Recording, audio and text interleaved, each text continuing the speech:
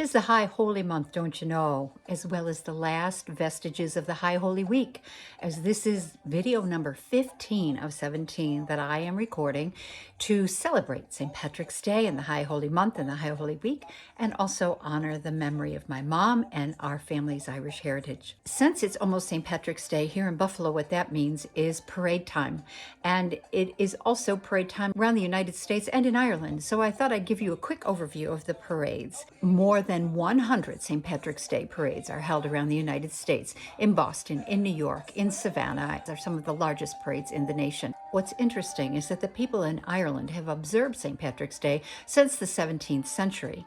However, their way of honoring St. Patrick was not in the raucous way that we do it here today in the United States. Instead, it was a quiet day of reflection and silence, church, and meal shared with your family. When it comes to parades, the first parade honoring St. Patrick's Day was not in Ireland. In fact, the first parade for St. Patrick was held on March 16, 1701 in St. Augustine, Florida. Legend has it that the first St. Patrick's Day parade in Ireland was held in Waterford in 1903. And then that parade was followed by Dublin in 1931. There's also lore that says there was never a parade in Ireland until 1995.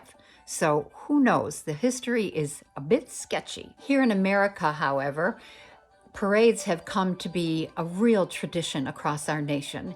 And I went to a website called The Irish Road Trip, and it gave me the top 8 parades across the United States. And I'm just going to list them off with their estimates of the number of people who attend their parades. There's New York that says it's the oldest and the longest, claiming that it started in 1762 and now draws close to 2 million people every year. Followed by that is Chicago with 800,000 to 1 million people every year. And of course, they dye the entire river that runs through their city bright green. Boston follows with 600 to 800,000 parade goers. Then Philadelphia with 500,000, Cleveland with 450 to 500,000, and this year they have a parade theme of one island, one nation. Kansas City has about 500,000 a year. Then interestingly, the city of Holyoke, Massachusetts claims they draw 350 to 400,000 people a year, but that they only have 45,000 residents.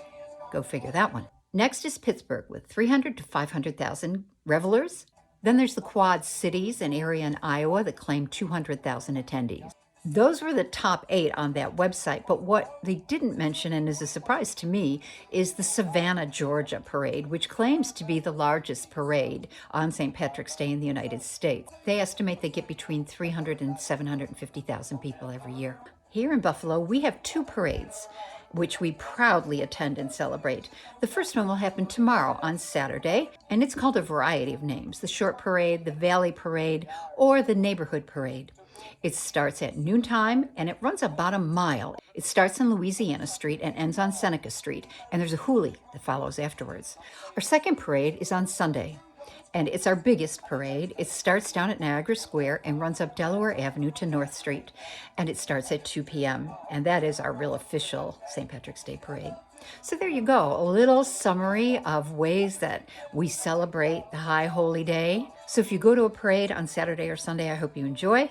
And for everyone else who stays home, lift a glass, bend an elbow, and salute St. Pat. Thanks for joining me today. I hope you join me again tomorrow.